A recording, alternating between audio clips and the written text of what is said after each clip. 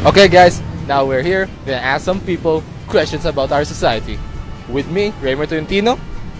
David Malazarang. We'll ask some questions. Anong ginagawa niyo dito? Nag-activate po ng SIM card. Ikaw?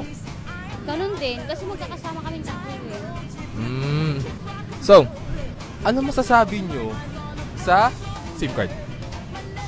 Malaking bagay rin po sa amin yung pag-run po ng SIM card kasi nakakatulong po sa financial namin. Kahit maliit lang na kita, okay na, masaya na kami ron.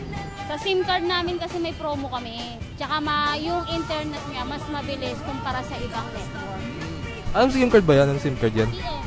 Republika ng TM. Astig tayo rin. Astig daw tayo dito. Astig daw tayo.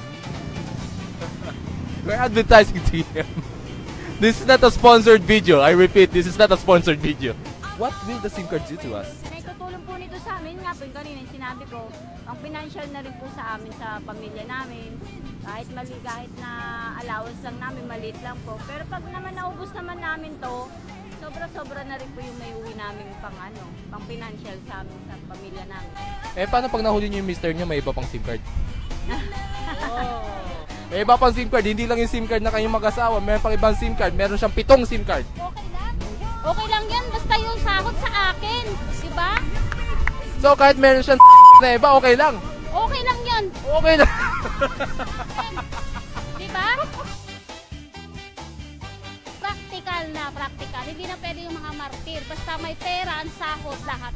Sabi, makapasok lang yung mga bata, magkaroon lang ng bao, makapadag sa mga konsumo. Okay na kami ron, hindi na namin iniisip yun, sir. We can see here that SIM card selling is really a hard job to do. Every people has their own lives. Please don't buy multiple SIM cards and take your wife's credit card. David, what's your conclusion? Konnichiwa. You nigga. This is Raymond Tolentino. David Malazar, eh? And this is Manila Adventure!